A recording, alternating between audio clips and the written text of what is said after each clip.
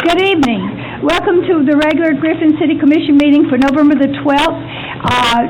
Commissioner Holberg will bring our invocation, and our pledge to the flag will be by our Vietnam veteran, Dick Morrow, and in honor of all the recognition of our Vietnam veterans for this week. Would you please rise? Please join me in prayer. Father, we're here today to ask for your blessings and guidance in our performance of our duties as elected officials.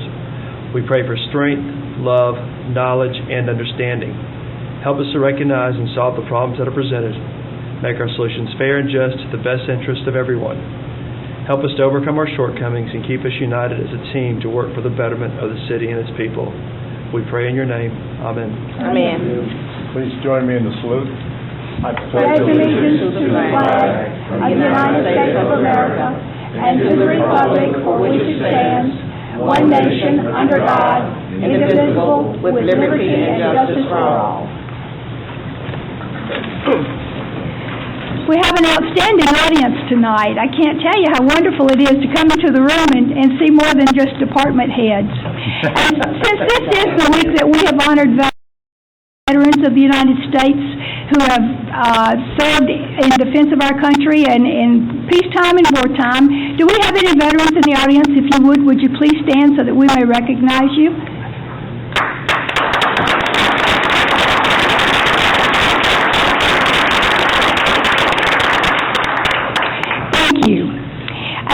We go into our regular business. We will have presentations, and we will recognize Scott Collins, Lieutenant with Griffin Fire Rescue, as the October 2013 Strongest Link Award recipient. Public Safety Director, Chief Frank Strickland, will address.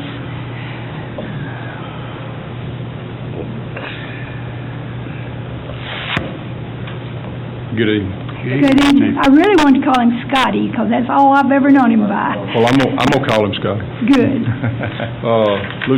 Lieutenant Scotty Collins is the award nominee for the Strongest Link in the Chain for this month. He was nominated by Mr. Mall, the airport manager, and I'm gonna let Robert talk about it because he actually witnessed what took place. But Scotty was off duty at his other job or business when we had a parachutist not do too well, and I'll let Robert tell you the rest, but it's very good what Mr. Collins did for this gentleman. Good evening. Good evening. Early in October, I think it was October 9th, my wife and I were out grocery shopping, and I left my motorcycle back at the airport. I said, take me back. I need to get it so I can get home. And as we were coming back, it was about 7 o'clock at night, I noticed a noise overhead on the airfield and some folks out on the ramp looking up, and so I walked around to see what everybody's looking at, and there was a parachutist coming down over the field. Needless to say, I was highly intrigued. No one had told me that was going to happen, but be that as it may, we saw him do some very tight turns, and the technical term is he stalled, or he pulled his chute on a tight turn and lost the wind out of the parachute. Needless to say, he dropped rather fast. He landed. Me and myself and the pilot standing on the ramp waited to see if he would, get up and walk away, because I was getting ready to go chew him out. But then he didn't move, and then panic set in briefly. I ran next door, and Officer Walden, I believe, was on duty at the fair. Told him to grab his radio, holler for an ambulance, and maybe whoever else was at the fair, because I know they have a lot of emergency personnel over there, and let's go. And we jumped in the truck, and we got to the other side, and by the time we got over there, Scotty was there, and you could tell Scotty knew what he was doing, because with an injury like this, and luckily it was just a broken leg, but you don't really know, because the first thing that comes to your mind is broken back. And Scotty, to the untrained eye, was just comforting the man. But somebody who knows that he was assessing what was going on. He was looking for, open wounds. He was looking for whether the guy was breathing. He was checking the surrounding area. So you could tell his training kicked in, and he acted immediately. He and his wife, Wendy, were there. I believe she called for 911, and in a short amount of time, fire trucks, ambulances, police cars, everybody was there. And I could just tell that Scotty knew instinctively what to do. And luckily it wasn't as bad as it could be, But without Scotty there, I mean, he was first on the scene, and I think that needs to be recognized. So with that, I'll turn it back over to Chief. So Scotty is our recipient for the strongest link in the chain for the month of October 2013. Congratulations, Scotty.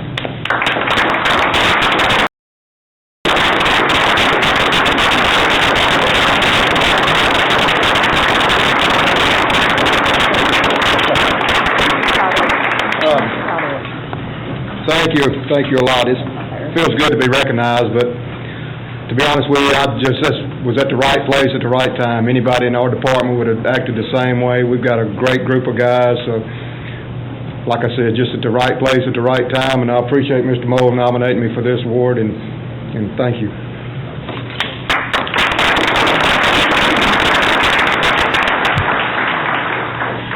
Okay, our next presentation will be to recognize Chris Allen, Supervisor with the Street Department, Frank Carrington, Refuse Collector with the Solid Waste Department, Connie Hendricks, Administrative Secretary with the Motor Pool Department, and Carl Kearney, Line Crew Supervisor with the Electric Department for 25 years of dedicated service to the City of Griffin. Wow, quite a few. Please come forward.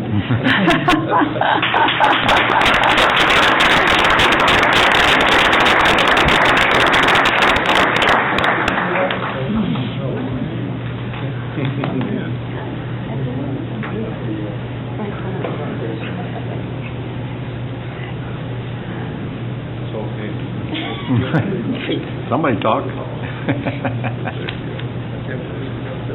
So who's going to talk? Miles, you're going to do the talking? I'll let their department director say a nice thing about it. Okay, are they all? Know best. Right. Knock yourself out. We save the best for last. I'm in a tie. Give me a break, will you? Oh, wow. 25 years. That's great.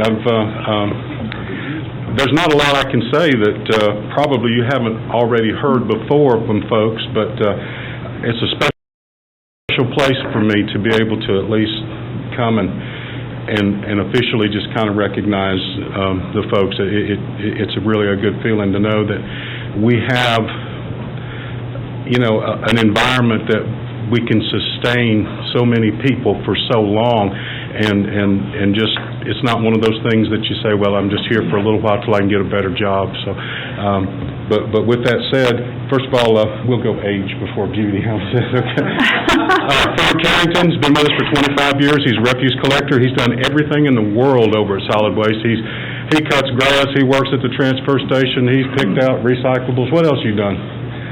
Fixed leaks on the roof. Been up underneath the building. But anyway, Frank is a class act, and I'm honored that he lets me work with him. I really am. He does a great job, and I'm real pleased that he's with us and for 25 years more. And we got Connie Hendricks. Everybody knows Connie. She's been around for a long time, and she's 25 years too, isn't it? Yeah. But anyway, she takes care of all of our payables, all of everything as far as the motor pool. We got over 600 pieces of equipment that come through this city that we work on constantly and keep up with. Inventory is within $500 a book to actual usually all the time. She processes probably 150, 200 check requests a week, keeps it all the numbers where they're supposed to be, and without her, we'd just be wandering around in circles. How in the world did you lure her away from Brant? I'll never tell. Easy for her. I'll never tell. I'm just glad to have her. I'm proud to have her, and thank you for letting me work with you. I appreciate it very much. And with that, if you guys want to say anything.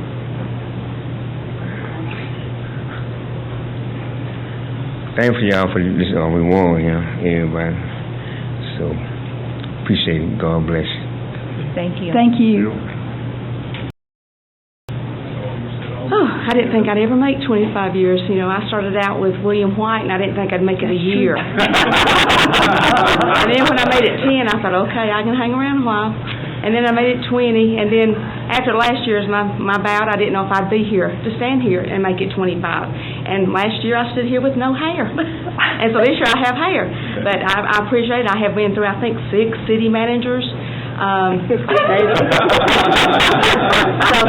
So I think that says a lot. We have grown a lot in the city. We've seen a lot of changes, and I just appreciate that we all have a good place to come to work every day.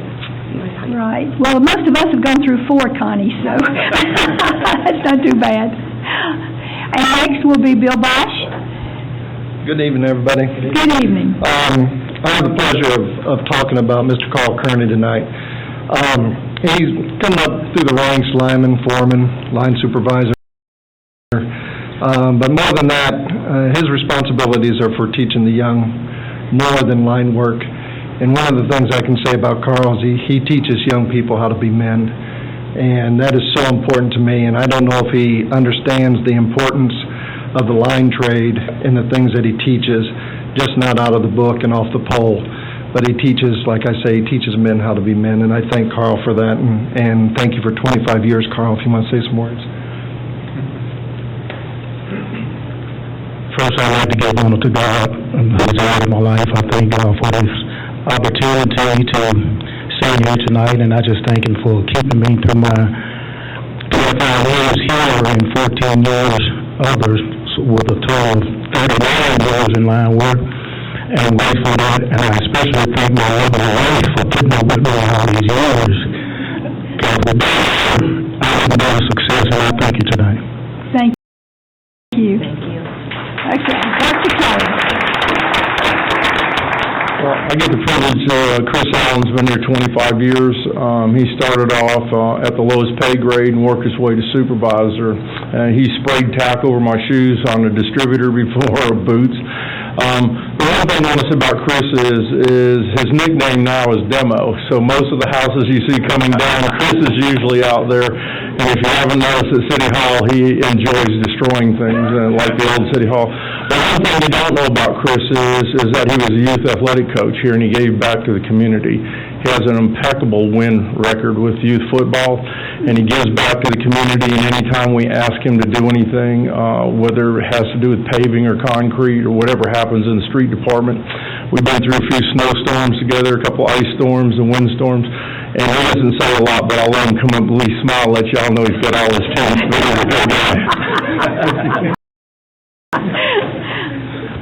First of all, I want to thank God for blessing me with these 25 years. And also, I want to give thanks to my family for coming out, supporting me to receive the plaque. Thanks, City of Griffin, for giving me the job. I wonder if we could get the family of each of these men to stand so we could also recognize you, and we know that you are the silent people behind the success of these people. So if your families will stand.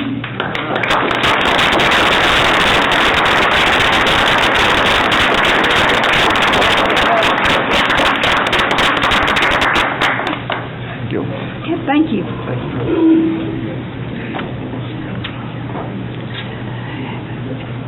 At this time, we'll consider a proclamation for Brightmoor Hospice declaring November 2013 as National Hospice Palliative Care Month.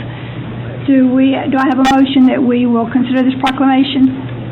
Second. Moved. Second. All right, all in favor, please say aye. Okay, and Commissioner Holberg will read the proclamation. If the person from Brightmoor is present, please come forward. Oh, good. Janie, come on forward, Janie, and receive this proclamation.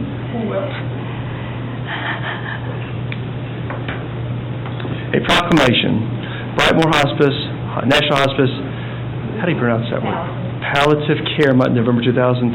Whereas hospice and palliative care provides patients and families with the highest quality care during life, limiting the illnesses at the end of life, through expert pain management, symptom control, emotional support, and spiritual care to patients and family caregivers when a cure is not possible. Whereas every year more than 1.58 million people living with a life-limiting illness receive care from hospice palliative care provider programs in communities throughout the United States. Hospice care is most effective for patients and families in the final months of life when families can take full advantage of the range of services hospice provides. Whereas professional and compassionate hospice staff, including physicians, nurses, social workers, therapists, counselors, health aides, and clergy, provide comprehensive care focused on the wishes of each individual patient. Whereas the medical community had recognized hospitals as a a subspecialty with an emerging group of healthcare providers who specialize in end-of-life care. More than 400,000 trained volunteers contribute 18 million hours of servant to hospice program annually, whereas providing high-quality hospice and palliative care reaffirms our belief in the essential dignity of every person, regardless of age, health, or social status, and that every stage of human life deserves to be treated with the utmost respect and care. Whereas Brightmoor Hospice and other hospice and palliative care providers encourage all people to learn more about options of care and to share their wishes with family, loved ones, and their healthcare professionals. Therefore, we, the Commissioners of the City of Griffin of the State of Georgia, do hereby proclaim November 2013 as National Hospice Palliative Care Month in the City of Griffin and encourage all citizens to increase their understanding and awareness of care at the end of life. In witness thereof, I have set upon my hand and caused the seal of the City of Griffin to be affixed the 12th day of November 2013. Mayor Joanne Todd and Kenny Smith, City Manager. Thank you very much.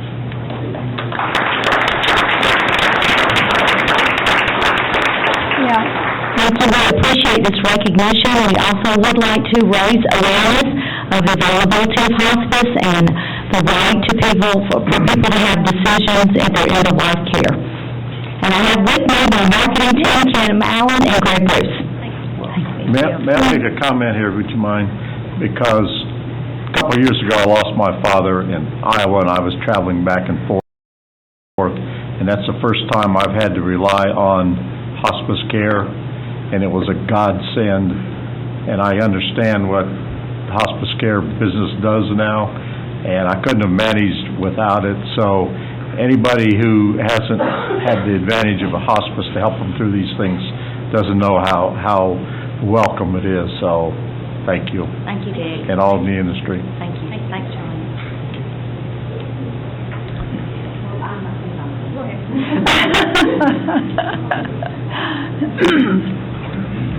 Good job, Janie.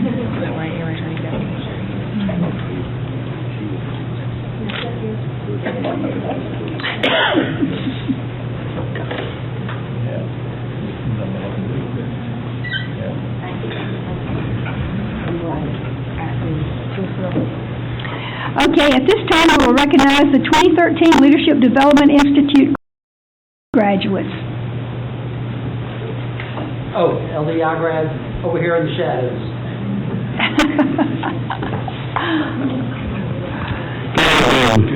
Good evening, Miles. Let me put my glasses on so I can see what I'm reading. We're very proud to be graduating our 5th class for our Leadership Development Institute. I'm not going to take a lot of time, but I do want to tell you guys that we've come a long way from year number one. Year number one was a learning experience for Chief Jones and myself.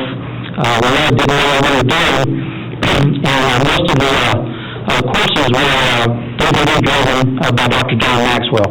Well, over these last 5 years, we've weaned ourselves off of Dr. Maxwell, although he's a great speaker, and have brought in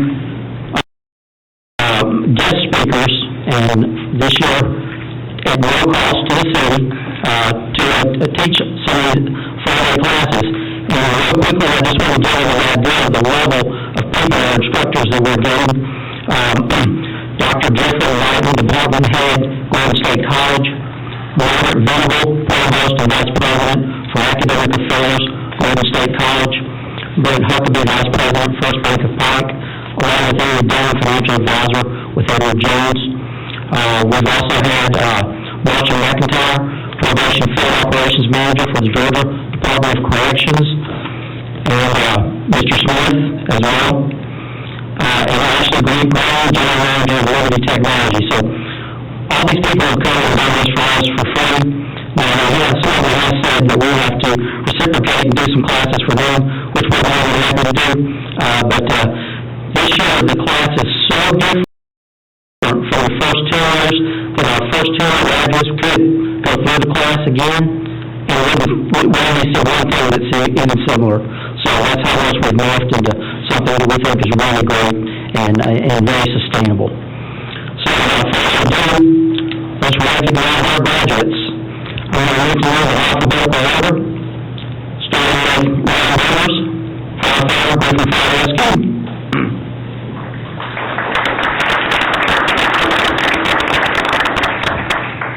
Thomas Daniel, equipment operator, Southeast. Over here.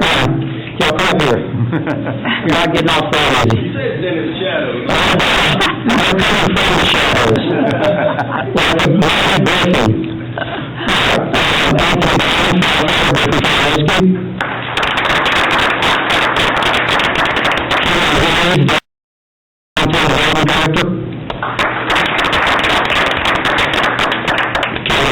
Mechanic,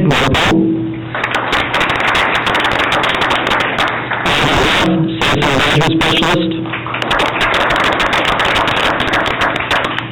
Bob Training Officer, Spalding County, Illinois.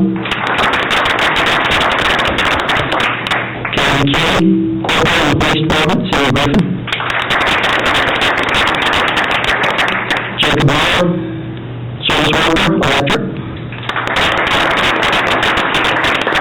Bruce Building Inspector.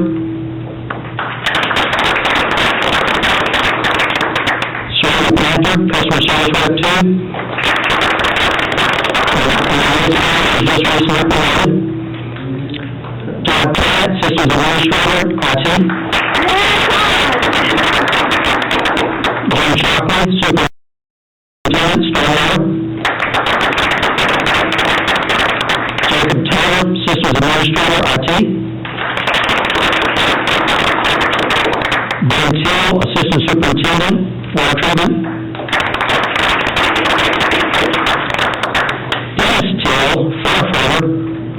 Fire Captain, Griffin Fire Rescue.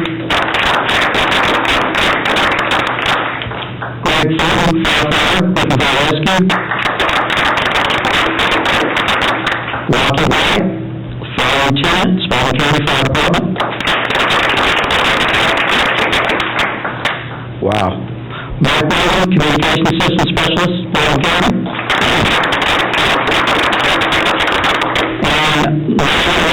Ms. Kim Ward, Main Street Program Manager, and let's see, John Rex, Appointment of Spalding County Tax Assessor's Office. Now, before I end, I want to say this is the first year that we've done this in collaboration with Spalding County.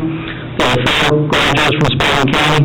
I hope that they're doing enough that next year we'll have more from Spalding County and make this even better. Thanks a lot, all. Pictures? Yeah. Pictures? You've been up every game before 2 lines. Oh,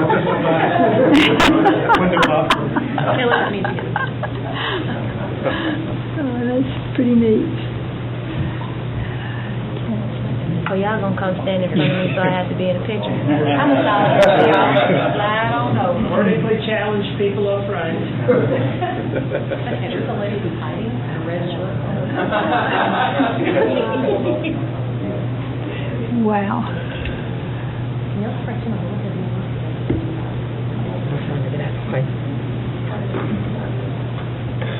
And please turn your certificates around.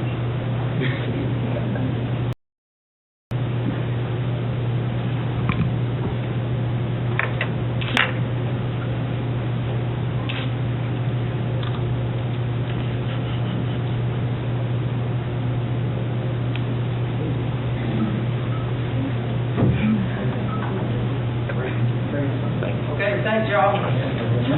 Very good.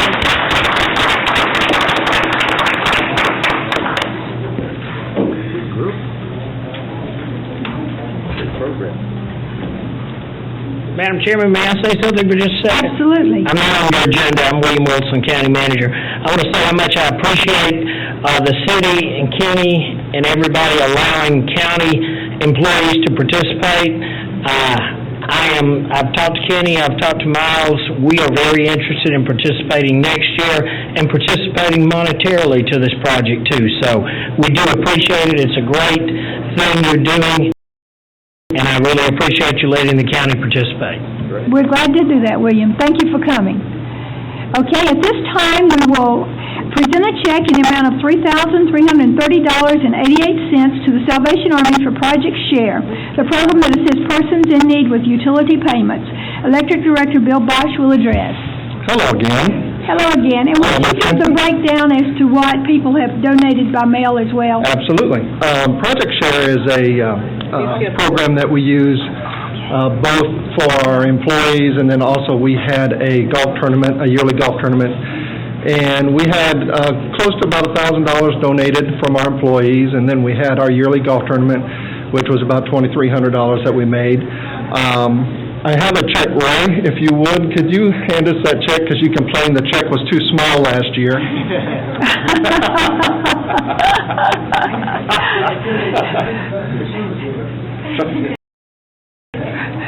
So, Ms. Henson is here from the Salvation Army, and what happens is we'll give these funds to the Salvation Army, and what it does is the program helps our utility customers when they have an issue or trouble with utility bills, and that's what the Project Share is all about. So we want to thank the Salvation Army for helping us, and hope that we can be a good partner for years to come.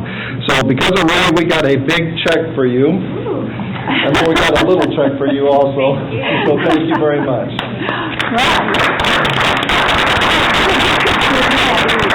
Yeah. Covers my stomach. Almost cover Miss Henson.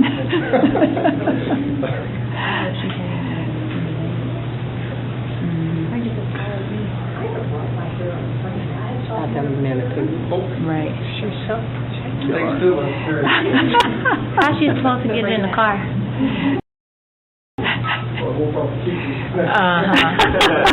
And just carry them out, right? Have white out.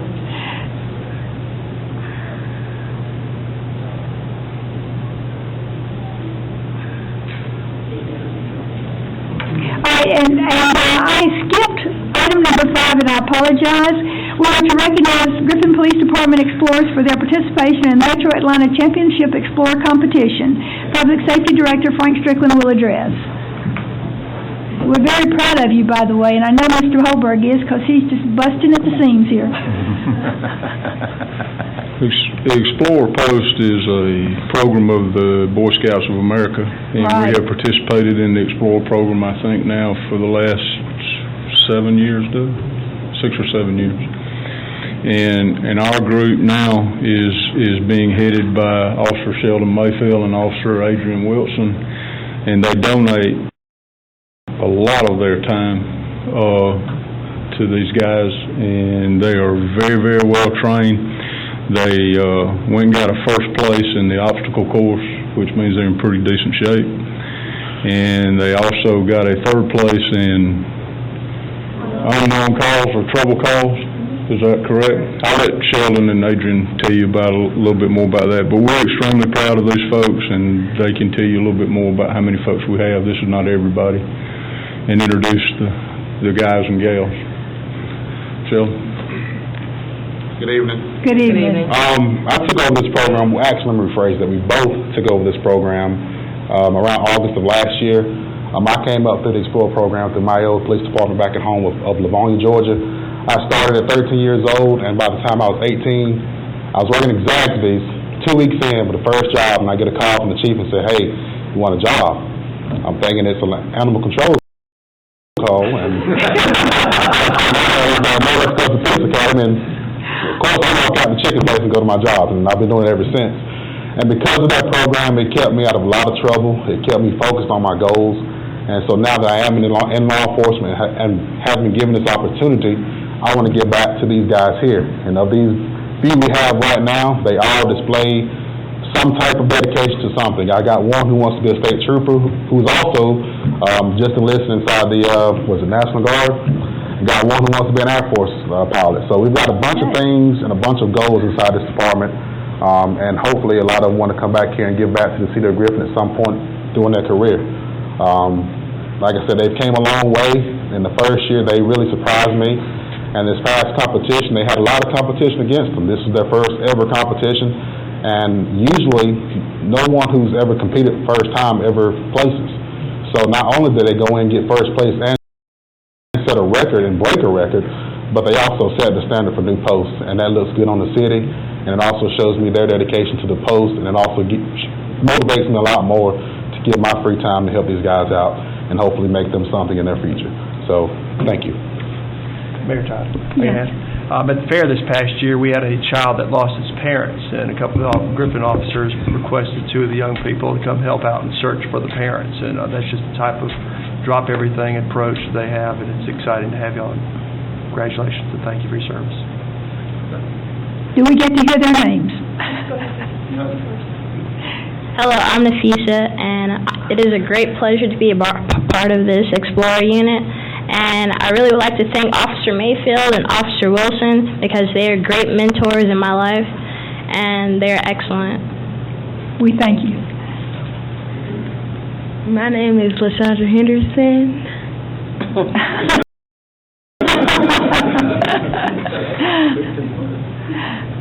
My name is Haley Harden, and I'd like to thank Adrian and Mayfield for inviting me to this program. My name is DJ King, and I would like to thank Adrian Sheldon for inviting me into this program.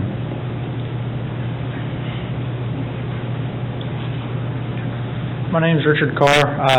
I'd like to thank also Mayfield and Adrian. It's been a wonderful year that I've spent in the Explorer program. I've had a lot of fun, and I've got to meet some really cool people.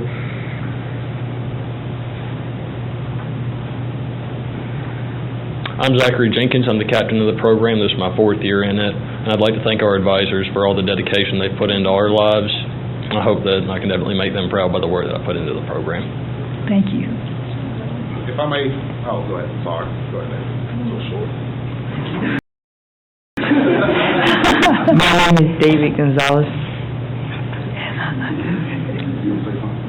If I may add one thing, it's also very great to have Captain Jenkins also. He reminds me a lot of myself at his age. Right now, he is one of the few people inside of Georgia who's sitting on the Georgia Board of Explorers Association. He is the vice president of our region in Spalding County, and he oversees 62 counties in the central Georgia area. So that also looks good upon our post and for the city of Griffin.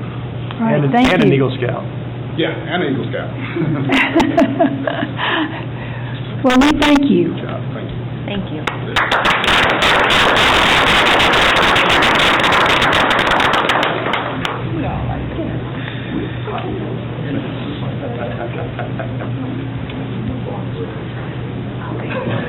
Yeah. I heard that earlier.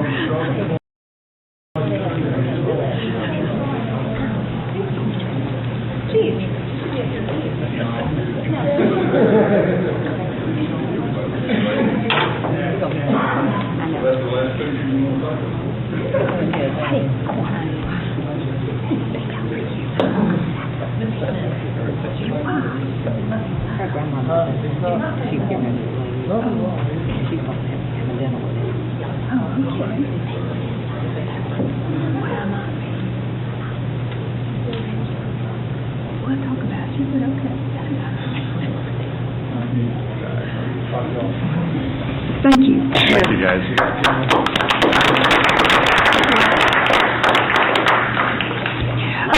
Okay, yes, go ahead.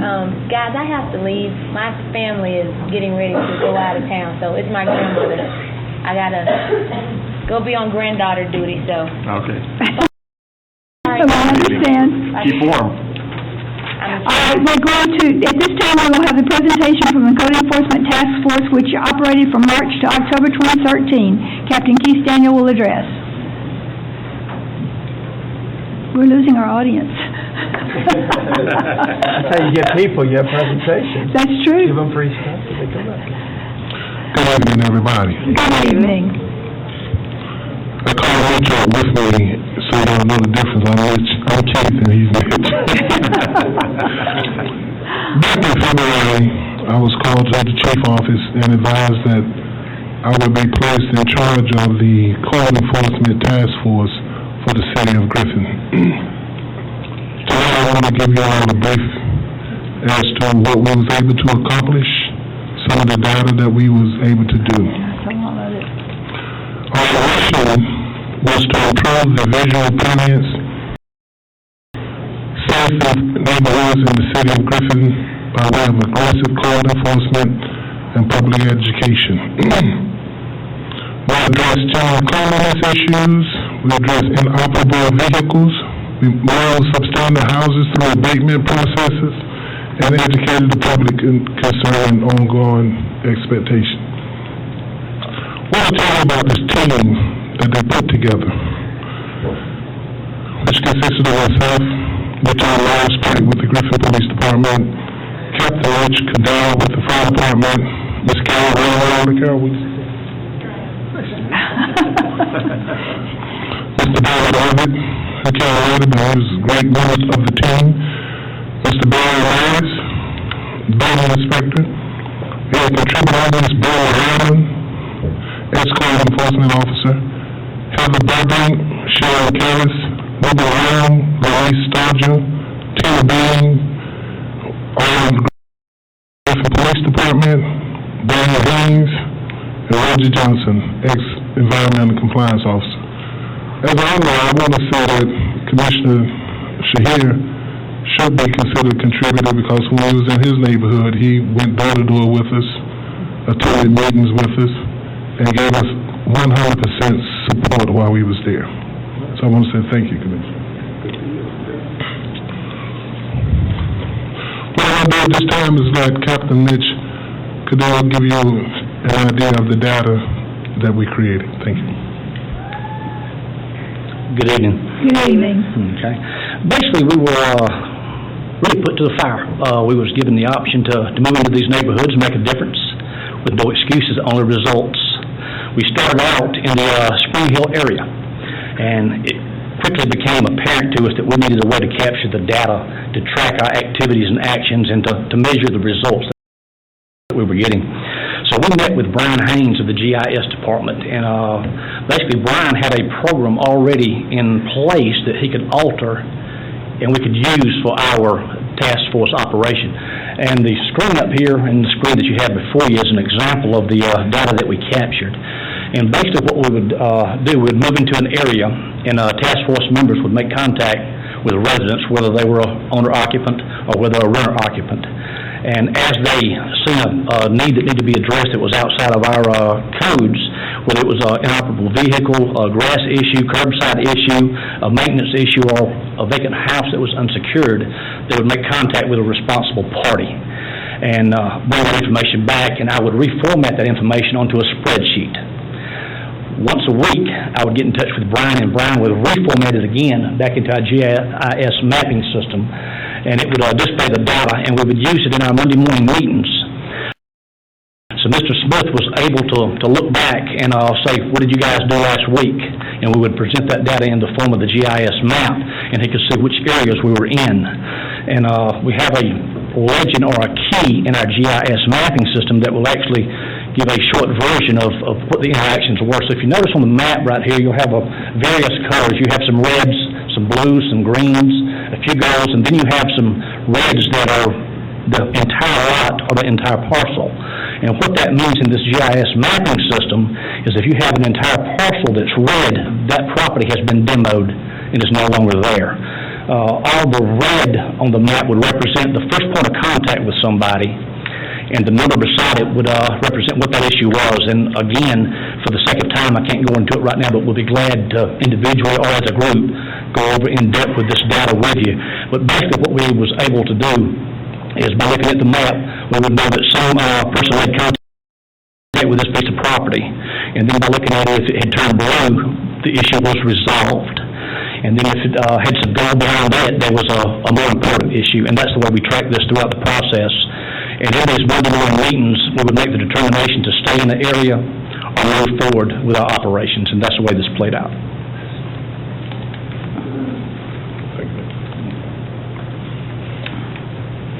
We actually went throughout the city, one community at a time, trying to locate property owners, talking to the residents that live there. And as a team, what we was looking for was trying to get cooperation and get people on board. Let people understand that it was more than just cleaning the property, but putting it on the regular scheduled maintenance. And I hope that's the message that we got across in doing what we was doing. The picture that's on that board now is just two examples of hundreds of examples that we could have shown of properties that was in need of some total love and care from somebody, and we was able to order it and give it. And I'd also show some of the statistics that we was able to compile. Okay. If we were to show a total overview of the city, you would see that it lights up like a Christmas tree. Basically, we had 968 site inspections. That means there was some issue associated with 968 pieces of property within the city. That's a lot. So if you look back at the people on this team, there was a lot of work went into this process and project throughout this. And some of the issues and stuff we had that goes back to what I was talking about as far as the reds, the blues, and the greens. We had citations issued 144 times throughout this process. We also issued 1,721 warnings. We gained compliance off of the warnings 1,652 times. Mr. Barry Morris actually ended up rating 280 pieces of property throughout this task force process.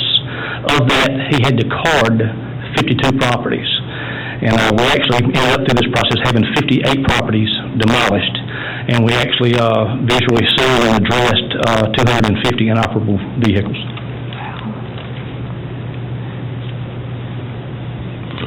And I have 19 days to go off employment with the city because I wasn't retired in 19 days.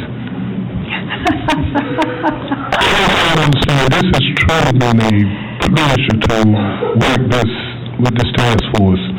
You had a number of highly motivated people that came every day with instruction from Mr. Smith, and they went out not barking at Mr. Smith. They went out looking for ways to deal with those issues that he brought before us. A great bunch of people. And it's been my pleasure to work with them, and it's been my pleasure to work for the city of Griffin. If you have any questions, we'll try to answer. Thank you. Thank you. Do you have any questions, Commissioners?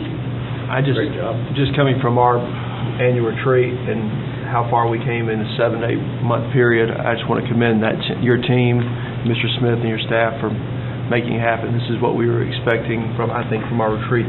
And right. You did just what we wanted, and we look forward to continue to support. And hopefully you had the support from this board if people complain to keep moving forward. So, and we're aware of your recommendations. Thank you, and we know the difference that you've already made in our community. We can see it. And so please know that we will act on your recommendations. Thank you. And one thing that I've learned in doing this is Griffin really is a beautiful city. Thank you. It is. Thank you. Thank you so much.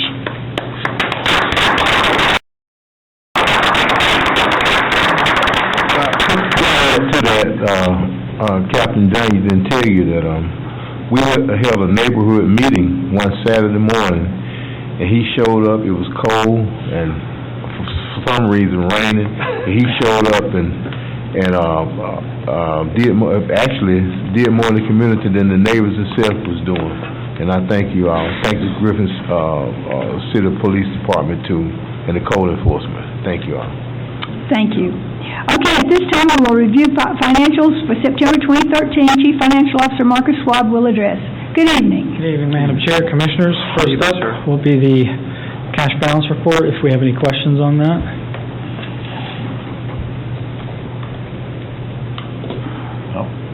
Okay. See cash, and we saw it. Yep. Good. Cash is good. Cash is good. It was consistent. Cash is king. Moving on to the local option sales tax. Collections will pick up.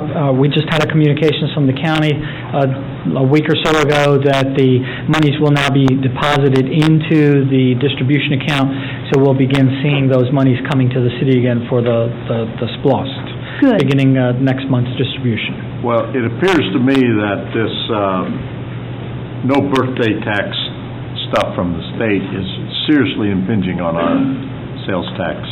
The automobile sales are dropping off of there.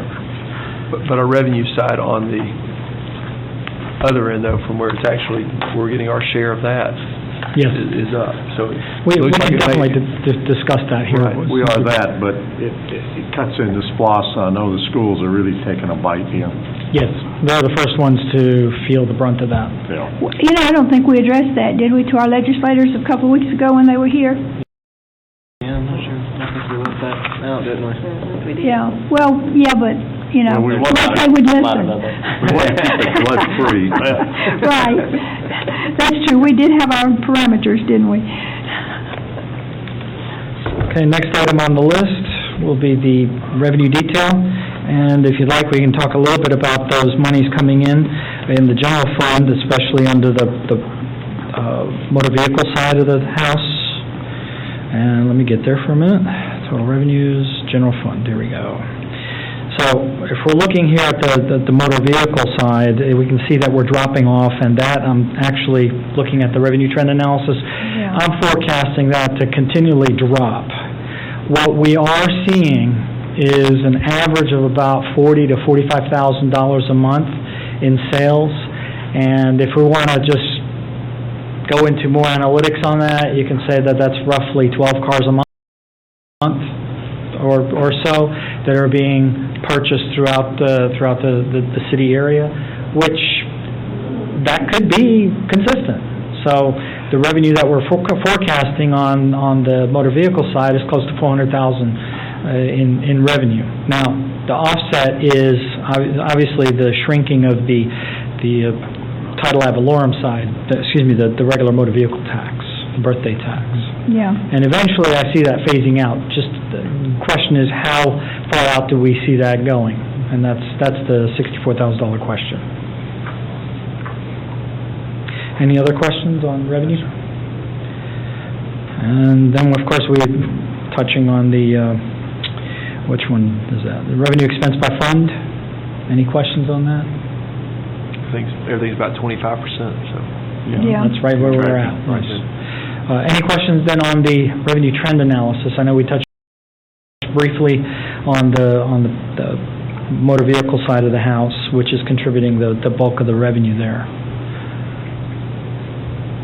Fines and forfeitures are trending off. They're still slipping because we have problems with those cameras. The camera's down. We are looking to have the one camera redirected to prevent additional accidents in the left turn lanes and the right turn lanes there. When will that, you're talking about the red light camera? Yes. Is it in operation now? The one I don't think is operation yet because it hasn't been moved, hasn't been turned over yet. Right. And they're going to go to a right turn only on 92, which will make that one eventually. Well, yeah, they're going to do away with no right turns, as I understand. And, allow single right turns into the traffic. Single. Yes. Okay. That will cut into our revenue there. It's a safety issue. Right, it absolutely is. That's what Brand said. Several times I've wanted to turn and couldn't. Okay, any other questions on the financials? I'd be happy to entertain. Are you happy with them? I did study those at home earlier. All right, thank you, Marcus, yes. Just on a side note, for the 26th, we will be presenting the audit results, which... Right, I signed the papers. Thank you. All right. Thank you, Marcus. Okay, thank you. All right, at this time, we'll open the floor for comments from the audience.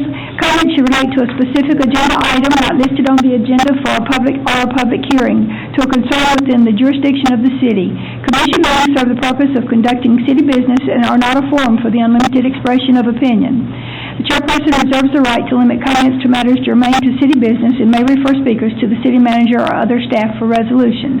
Having said that, is there anyone on the left who would like to come forward and make a citizen comment?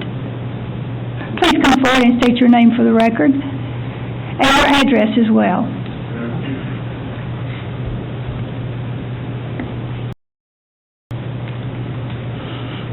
I think I recognize you. Yes, you do, Joanne. Thank you very much. My name is David Horn. My residence is 404 Maddox Road, Griffin, Georgia. My comments tonight are on the upcoming SPOS. As some of y'all was at the last month's county meeting, saw that myself and Barron Cumming had a group of people come together and talk about it. The reason I'm here tonight is my part of the aquatic center that is on the recreational proposal is is a part of you have some interest in that, because our team, the only facility that I have is the city pool. So, if I can get, recreational aquatic center put on the SPLOST, what I'm asking for is a proposal for you to look into, to utilizing part of your percentage that you get from the SPLOST to donate towards the aquatic center so it can be put on there. Because the aquatic center as a whole, as far as the county goes, is probably not going to get put on as far as full funding. Now, because of your portion that you'll be getting from the SPLOST, it eliminates the city pool and the requirement that you would have as far as filling another facility because of the grant that was given for that pool to go in. This is the benefits of you donating part of your percentage of it towards going to an aquatic center. You eliminate the operation costs, which I'm sure Brent would be glad to do. I know, a couple years ago you had a large amount to repair the pool. I know there's an upcoming project that you're going to upgrade the pumping system, put it above deck. Those kind of costs will be eliminated. Other benefits, there's a spot that it was originally set forth in '94 when Ty's Park was built to have an aquatic center in it. It got eliminated for other issues. There's a spot there ready for a pool to go in now. I'm assuming that's a spot that it would go in. Somebody Tice, yeah. Yes. There was a particular SPLOST that failed that was for a swimming pool. Yes. So I'm assuming that would be the location that a aquatic center would go into. By saying that, y'all's no operation cost cut out for the pool that you have now. The ability maybe to do some with that property now that you don't have a pool usage cost to the city, as well as your utility costs are going to go up tremendously out of the Ty's Park. Water and power that you're using now to open the pool for 2 months, for aquatic centers open for a year-round program, so year-round utility cost is going to go up tremendously. Well, David, we will take this under consideration when we discuss there are other conditions as well, as well as the fact that the county is our recreation provider. That's correct. And we all pay taxes to the county. Right. And the SPLOST is going to be paid for by everyone. So we appreciate you coming and giving us some input and giving us something to think about. No guarantees. I understand. And I'm just here to throw that proposal out. I know good and well that the recreational SPLOST part of it. I don't know how much is going to get put on. I'm assuming that the lights at the soccer field is probably going to happen. But I know the need for a full-time aquatic facility in this county, make this community better as a whole. The revenue that it can bring in for both county and city. So I just want to put that proposal out. I'm going to the county to do the same thing again next month, like I've already have. So I know there's some circumstances to go on. Right, and I think that you understand, each one of us on this board, we support amenities because people move to your community depending upon what amenities are there for their children. So we understand the whole picture, and do appreciate you coming. And things like this wouldn't happen unless you did come forward and speak about it, and we thank you for that. Thank you, Joanne. Appreciate you. Okay. Is there anyone else on my left who would like to come forward and make a presentation? Is there anyone on my right who would like to come forward and do so? Please come forward, state your name and address for the record. My name is Cherry Thomas. My actual home address is 631 Madden Road, Concord, Georgia, but I own 2 pieces of property in the city of Griffin. I'm here tonight to talk about the property that is located at 1145 West College Extension in Griffin. I'm not here to complain. I want you to understand that, and I also want to tell you that I have enlisted the support of Chief Strickland and also Ms. Rainwater in code enforcement, and they have been very open to helping me, and I do appreciate that. I'm here to ask you to take a look at this situation and my idea and see if you can, in some way, contribute or help with an ordinance or something. But May I let interrupt me you? Weren't you here a year or two ago, just the two houses there? I was here for this same house, actually, okay, I a couple of remember years now. ago, because I was cited by code enforcement because someone had broken into the house, unbeknownst to me, and torn the window off, so it was an unsecured vacant structure. I just want to go over a little bit of the history of this house and the neighborhood. The house I purchased in '97 from an estate for $20,000. I enjoy fixing older homes. It's just something I like to do, and I thought the house was a cute little house, and that's why I initially purchased the house. Over the course of this time, since '97, I have spent $27,000 remodeling this little house. New roof, new siding, new central heating and air, new kitchen cabinets, new carpentry, kitchen cabinetry, new vinyl flooring, new plumbing throughout the entire house, new carpet, and new paint. So I have done my part of the bargain for keeping this house up, and this all happened actually before I was cited by code enforcement. Now, they took care of that, let me say that too. They realized the error and they fixed that, and I did not pay the fine. I have had repeated problems with the thugs and the dope heads and everything that is in that neighborhood and on that street. The people who live there, I'm speaking for them because I would not want to live in this, and I don't think they do either. This house alone has been broken into. They have stolen the storm windows. I guess they can sell the aluminum too. I don't know. They stole all they could get off, messed up the rest. They tried to rip them out and couldn't get them out. They stole the new plumbing fixtures that I had put in the house. They even stole all the wiring in the attic, so I had to go in and put all of that back in. I have found clothing and condoms at the back door on the outside. We put a solid door on the back with deadbolt locks. We've done everything we know to do structurally to try to protect the place. They drink up and down the street. They drink on the porch if no one's at home or if the house is empty. They sit on the porch and drink. They leave all their liquor bottles there.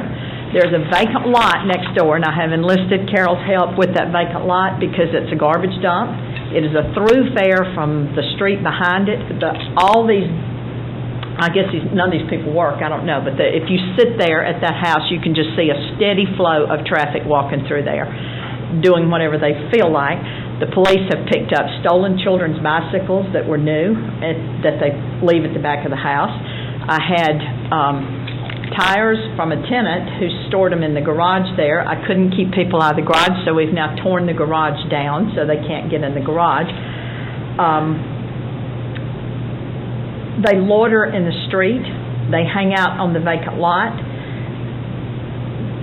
They beg. I've had contractors out there. They come and beg for money off of the contractors. They basically steal everything that is not tied down. They have even stolen the mailbox, the for rent sign because it's on a metal post, and the no trespassing sign. So this is what I'm up against. I've gone and fixed the whole house again. It is rented right now to a very nice lady. She started to move in. They broke the whole kitchen window out and came in and stole her new vacuum cleaner that she had just bought. So then she moves in. Not sure why she did, but she did. They kicked the back door, the solid back door in, deadbolt and all, and she was not home 2 hours. She must have surprised them because they didn't steal anything. It was 10:30 at night. The police came, made their report. I told her to push whatever she had there to block the door until we could get there in the morning and get a whole new door built again. She did that. They came back at 2 o'clock in the morning and tried to get back in again, and when she turned on the light, she actually saw them, but they had on a black hoodie, and it was a tall guy, and he ran off when the light came on. So I have now installed motion lights on the house. And then, you know, as I said, Chief Strickland has been wonderful. He's got people in there now because the tenant told me that they are in the neighborhood. This lady is committed to calling in, but I have now spent $61 for the kitchen window, $120 for the back door. I don't have the bill yet for the motion lights. The Chief Strickland put me in touch with Officer Pike, and what is his title? He works with community. Yes, and he has agreed to work with me to maybe make an example just out of this one street, because Griffin has these problems in more than one street, because I own another piece of property. It's not as bad as this one. And I'm afraid to do this alone. That's too bad too, but I, would not go door to door without accompanied by an officer or something. But he has agreed to help me and try to get some type of neighborhood watch to enlist the help of the people, not only the ones who own their homes, but the ones who rent. The apartment complex is a problem, but I think they've addressed that now. You said there's an officer living in the complex, which will help. But these people they're breaking the law every way you turn, and you can see them in the street doing it. And if I know they're doing it, then there just needs to be some way to tighten up whatever the regulations and ordinances that we can use to try to stop some of this. There are 4, I think, houses boarded up in a row. Some of these are relatively new houses right up the street from this house, and it's no wonder why. I mean, who are you going to get to live there to be in this kind of circumstance? So why I'm here is to ask you if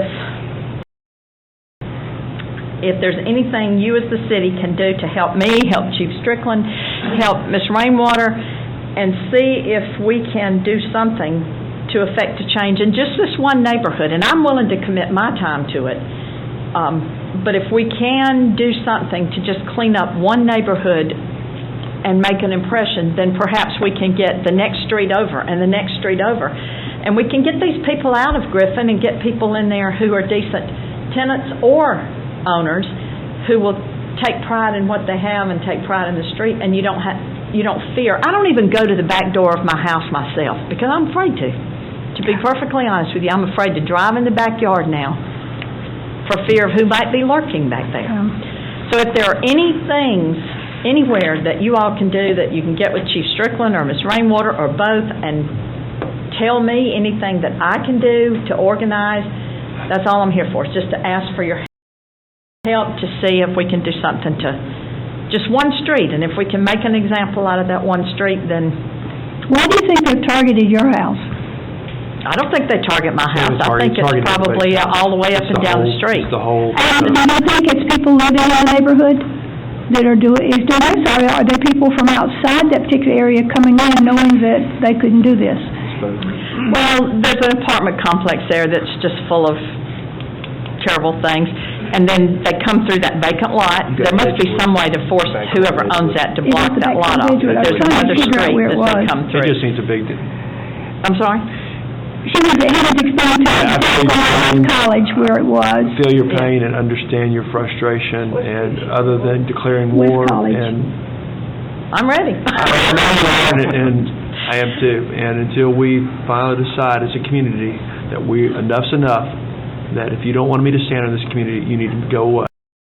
Well, that's exactly I know just how you feel, and I'm hoping as this board continues, just like with code enforcement, we continue to push the envelope and push those that don't want to be stand. Our goal is to clean up our communities, and that's exactly what this the task force showed prior to the citizen comments. And I wish there were an easy answer to it. The task force didn't get to this street or this neighborhood. Oh, they did, because they cited me. This task force that we had. Did they get there too? But it's not an issue. It's just that street, when you cut through there, it's just a bottleneck of mayhem that comes in from Edgewood, that comes in from the apartments, that comes in from Dia Fuller. And it's not just my house. No, it's everyone. I just feel like that I've had enough, and I feel like there are people on the other end of the street that have said they're not going to run me out of my home. Right. There should be an opportunity that we can organize something there. Like you say, the community gets up in arms. I was also told that, let's see, what's the terminology? If you, what was it about the snitch? One of the police officers told me. There are people who are scared. Yeah, they're afraid to show anything. Absolutely. They're afraid of these people. I'm afraid of these people. But I'm determined now to see if I can't turn it around, and if there's any kind of community facility or information, just a starting point that you can give me, I'll work with the people on the street. And have y'all had a neighborhood meeting out there, Chief? Well, Officer Pike is going to do that. He told me, has he contacted you yet? Yes, ma'am, he's working on it. Right, to set up a meeting and to try to get a community. We had a neighborhood, wonderful attended, the best attended neighborhood meeting several weeks ago at the police department for Meriwether, for Evergreen. And a week afterwards, we had 3 break-ins out there. And it's frustrating. It's beyond frustration. It's frustration for you, there's frustration for us, because it doesn't seem to go away. And it's a blight on the city. Absolutely it is. But they do this in Atlanta, and if Atlanta can do it, we can do it. I just don't know how. I'm asking for help and, I guess, guidance or something, just to take one little section, just this one little street, and see if we can somehow motivate people to Chief, say we're not going to do this anymore. Can you get with the chief and get with Carol and see if y'all can, and with the code enforcement people, and see, or the task force, and see what we can line up for this particular area? And we'll let you know what we do, Sherry. How about that? Okay. And I appreciate you coming. It takes courage to come forward and talk about some of our problems, but we'll talk about them. I've just tried to think it out and think of how we could do it, and one of the things is to get these people out of the street. If they don't have anything to do, I've got plenty to do, and they need something to do, or they need to go away, and You're that's right. exactly how I feel about it at this point. We don't even need this element in Griffin. And if we tighten up on what we expect in the neighborhoods and what we don't tolerate anymore, they will go away, because that's not what they want to do. Am I right in assuming that's over by the Regency apartment? Is that the name of it, Regency? It's between Spruce's Barbecue, It is. Spruce's Barbecue. And Well, I have a meeting with people in that neighborhood in June, along with some of the people from Regency Apartments. And I think it did better for a couple of months or so, and then did you notice any change after June? I haven't really noticed any change at all. I pick up a garbage can full of garbage in the yard, and the lot next door. Now, did they come clean that up? You know? I haven't got permits back on the list. Okay. But the vacant lot next door, I don't know what there is as far as ordinances regarding vacant lots, but the biggest problem with that is that they cut through. They use it as a thoroughfare to come from the other street back there, and everything in the world is thrown in that street. And you can sit there, I can count 25 people in 30 minutes coming through there on a given day. And so I'm willing to help out. I just don't know what to do, I guess, is the best way to. Well, and we can't solve that tonight, and we really appreciate you coming and presenting this to us, and we will follow up. All right, thank you very much. The manager's assurances that we will. Thank you. And thank you. Is there anyone else on my right who would like to come forward and address the commission? Okay, if not, then we will go into our consent agenda. Consider approval of minutes of the workshop on October the 22nd, 2013, and minutes of the regular scheduled meeting on October the 22nd, and minutes of the Hometown Connections meeting on October the 29th. Madam Chair, if there are no objection, I'll take all three at once and move we approve the consent agenda as presented. All right, and we have a motion and a second to do it all in one motion. All those in favor, please raise your right hand. Okay, it is unanimous, 6-0. All right, now we're on to our regular agenda. Item number 10, consider approval to amend the City of Griffin's fiscal year 2014 operating and capital budget for the acceptance and use of a Justice Assistance Grant Program, a JAG Award, 2013 DJBX 0098 in the amount of $14,139 to purchase and install DVM 400 digital cameras in 5 police cars for a total cost of $15,125 and authorize the transfer of $986 to general fund operating cash account from federal asset forfeiture cash account. Madam Chair, I move we approve. Okay. All right, we have a motion and a second. All those in favor, please raise your right hand. Okay, it is unanimous. Thank you. Item number 11, consider approval to award a purchase order to Advanced Control Systems in the amount not to exceed $51,450 for AutoCAD mapping services for the electric department. Madam Chair, I move we approve. We have a motion to approve and a second. All those in favor, please raise your right hand. Okay, it is unanimous. Thank you. Item number 12, consider the purchase of a 289 Caterpillar compact track loader from Yancey Brothers Caterpillar off the NJPA purchasing agreement in the amount of $57,000 for use in the Stormwater Division. Madam Chair, I move we approve. We have a motion to approve and a second. All in favor, please raise your right hand.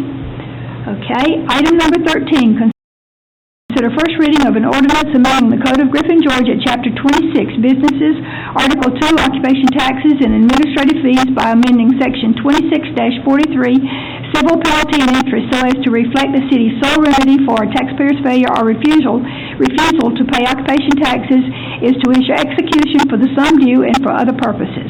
Make a motion to approve. Have a motion to approve. Do we have a second? Second. All right, we have a motion and a second. All those in favor, please raise your right hand. Okay, it is unanimous. Thank you.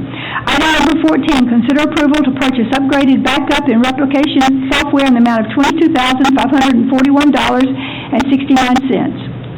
Motion approved. Have a motion to approve. Do we have a second? Second. All right, a motion and a second to approve. All those in favor, please raise your right hand. It is unanimous. Thank you. Item number 15, consider approval to amend the City of Griffin's fiscal year 2014 operating and capital budget for use of police technology funds in the amount of $7,200 to purchase and install AFIS hardware upgrade at the police department. Motion to approve. Have a motion to approve. Do we have a second? Second. All right, we have a motion and a second. All those in favor, please raise your right hand. Okay, it is unanimous. Thank you. Item number 16, consider approval of a resolution accepting the official results of the November 5th, 2013 election for the City of Griffin Commission Districts 3, 5, and 6. Make a motion to approve. Have a motion to approve. Do we have a second? Hardy, second. Okay. All those in favor, please raise your right hand. Okay. It is, and those who oppose? All right, that is 5 and 1. Thank you. Item number 17, consider approval of the holiday schedule for calendar year 2014. Make a motion to approve the schedule. Have a motion to approve. Do we have a second? Second. All right, all those in favor, please raise your right hand. Okay, it is unanimous. Item number 18, consider approval for Commission Chairperson Todd to attend the 2013 LEAG Power Mayor Summit Conference, November 15 through 17. Make a motion to approve. Have a motion. All right, a motion to approve and second. All those in favor, please raise your right hand. It is unanimous. Thank you. Item number 19, consider cancellation of the regular scheduled meetings on Tuesday, December 24th, 2013, due to the City of Griffin holiday schedule. I think it's a shame. Make a motion to approve the cancellation. Wait to state Christmas Eve? I do. I think All it's right, interesting. we're going to change that to approve for Christmas Eve on December the 24th, 2013. No. My motion was to cancel. I'm just joking. My motion was to cancel the cancellation. We're approving the cancellation of the regular scheduled meeting on Christmas Eve. Okay. Santa Claus has to go, right? All right. I have got a motion and a second to approve the cancellation of the regular scheduled meeting on Tuesday, December the 24th, which happens to be Christmas Eve, due to the City of Griffin holiday schedule. All those in favor, please raise your right hand. It is unanimous. Thank you. City Manager, do you have a report? Just a couple of quick things. The transit feasibility study is going on. The meeting at the annex is going on as we speak. So when we adjourn here, don't forget that it's supposed to last until 8 o'clock, so maybe we'll get over there for some of it. Reminder that Citizens Government Academy graduation is upon us, not this Thursday, but next Thursday at the Welcome Center at 6:30, so hopefully you can make that occasion. Just a reminder that we did add a workshop on December the 10th, since we've got several things to discuss, and we're canceling the last meeting in December, so we'll have a workshop on December 10th. All right, very good. Drew, you have anything to add? Okay, Commissioner McLemore. Happy to be here. Okay, thank you. Commissioner Ward. I have nothing. Commissioner Holbert. No. Commissioner Mara. Commissioner B.A. Okay, B.A. B.A., whatever. Yeah. Commissioner Jordan Todd doesn't have anything to do. All those in favor of adjourning, please. Have a motion, rise, and we'll go. Thank you. Thank you.